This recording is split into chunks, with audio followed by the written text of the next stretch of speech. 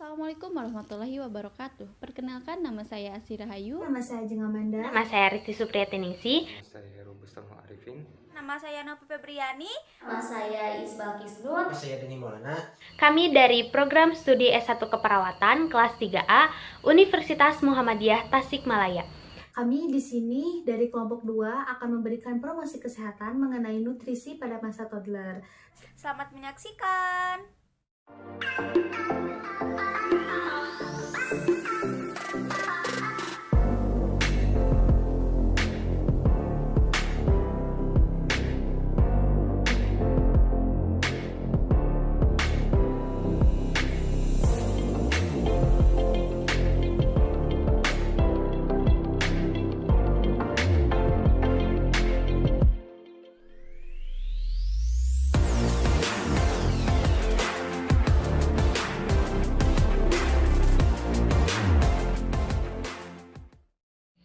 Untuk yang pertama adalah pertumbuhan dan perkembangan anak usia toddler.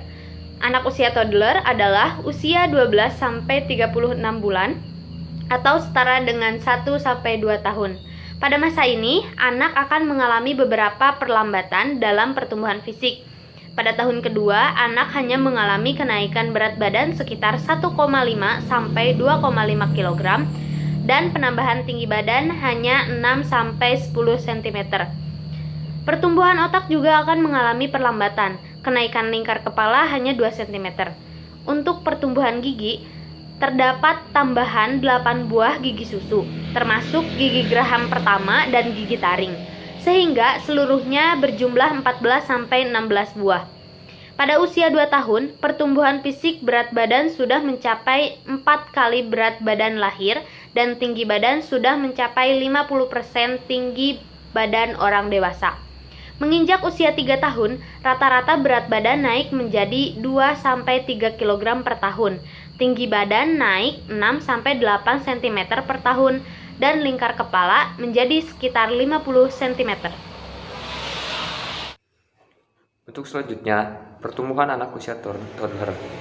Pertumbuhan pada tahun kedua pada anak akan mengalami beberapa perlambatan pertumbuhan fisik, di mana pada tahun kedua anak akan mengalami kenaikan berat badan 1,5 sampai 2,5 kg dan panjang badan 6 sampai 10 cm.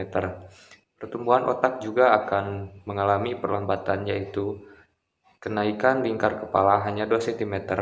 Untuk pertumbuhan gigi susu termasuk gigi geraham pertama dan gigi taring, sehingga seluruhnya berjumlah 14-16 buah. Dan untuk selanjutnya, perkembangan anak usia toddler.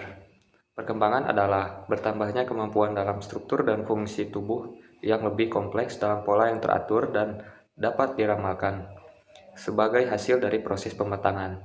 Di sini menyangkut adanya proses diferensiasi dari sel-sel tubuh, jaringan tubuh, organ-organ, dan sistem organ yang berkembang sedemikian rupa sehingga masing-masing dapat memenuhi fungsinya, termasuk juga perkembangan emosi, intelektual, dan tingkah laku sebagai hasil interaksi dengan lingkungannya. Selanjutnya di sini saya akan menerangkan terlebih dahulu pengertian dari nutrisi. Nutrisi merupakan bagian dari makanan yang termasuk di dalamnya ada air, ada protein, ada asam amino yang membentuknya di dalamnya ada lemak, ada asam lemak, ada karbohidrat, ada mineral dan juga vitamin. Nah, langsung saja kepada poin yang pertama, yaitu ada air.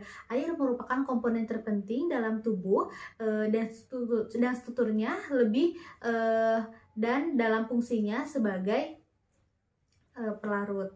Nah, selanjutnya di sini fungsi protein. Nah, fungsi protein dan asam amino yaitu sebagai penunjang pertumbuhan merupakan unsur pertama dari matriks.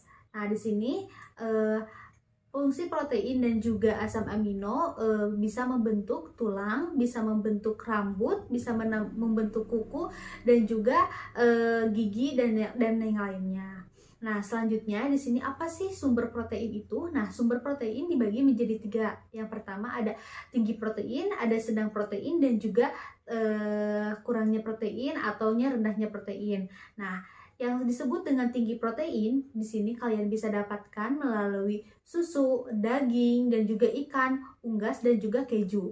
Nah, untuk yang kedua di sini protein sedang. Protein sedang kalian bisa dapatkan atau capai dari telur, bisa juga dengan kacang-kacangan, tepung, dan juga susu cair. Nah, yang selanjutnya di sini ada protein rendah. Protein rendah biasanya lebih besar didapatkan dalam buah-buahan dan juga sayur-sayuran. Nah, selanjutnya di sini ada lemak dan juga asam lemak. Nah, di sini sumber rangkaian susu dan ASI ataupun juga susu sapi mengandung sekitar 50% kalori lemak.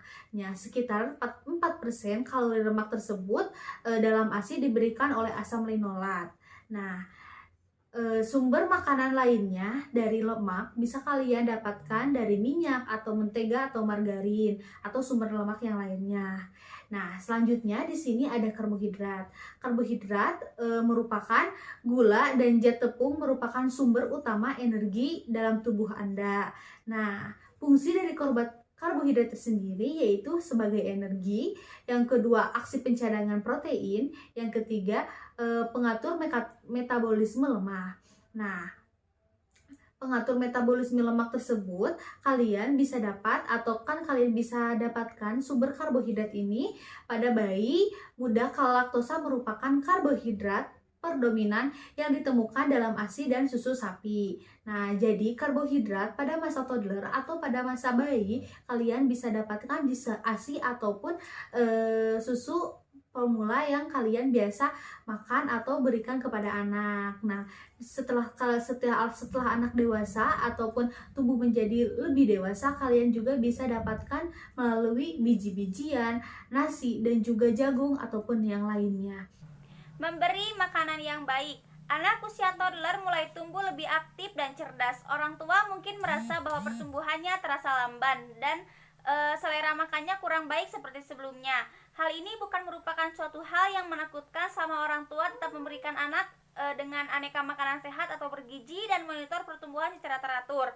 Kebutuhan nutrisi anak bisa dipenuhi dengan memberikan makanan dari 5 kelompok makanan penting, yaitu yang pertama, nasi dan alternatif. Makanan ini memberikan energi yang baik, sedikit vitamin dan mineral. Pilihan lain yang meliputi bubur ayam, mie, dan bubur kacang hijau. Yang kedua, buah-buahan. Buah-buahan adalah sumber serat yang baik, khususnya vitamin A, C, dan mineral seperti kalium.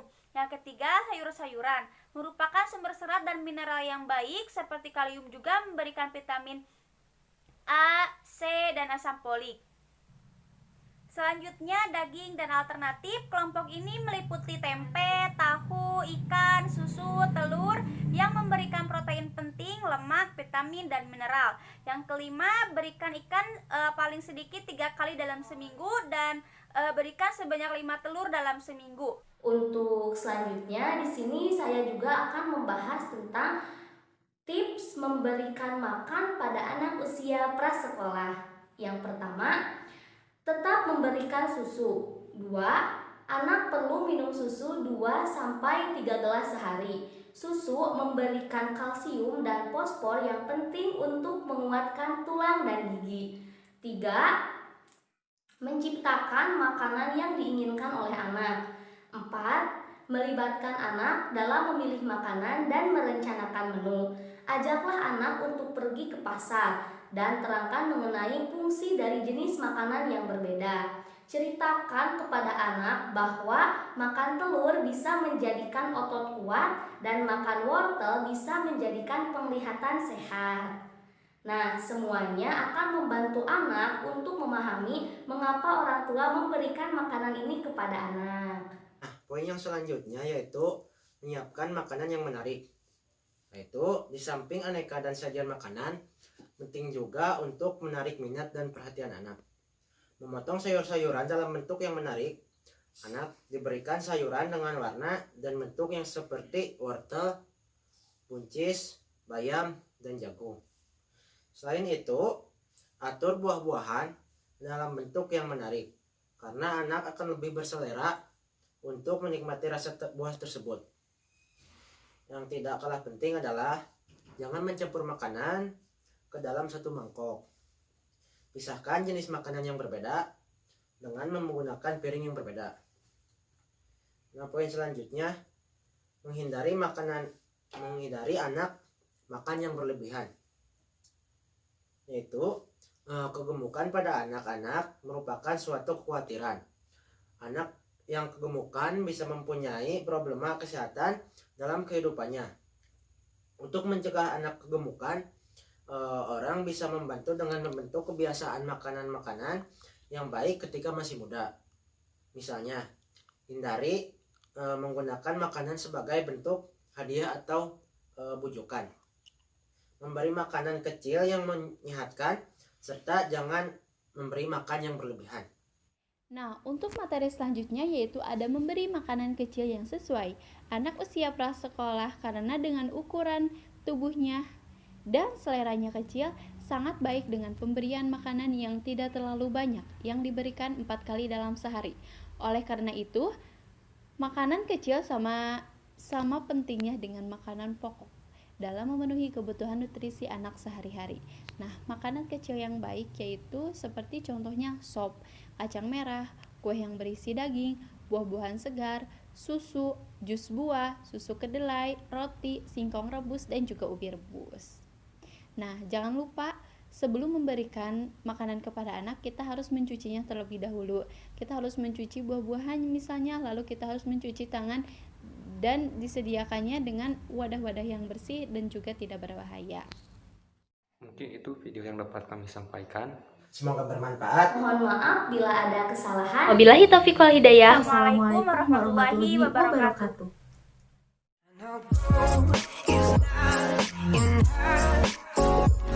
She's a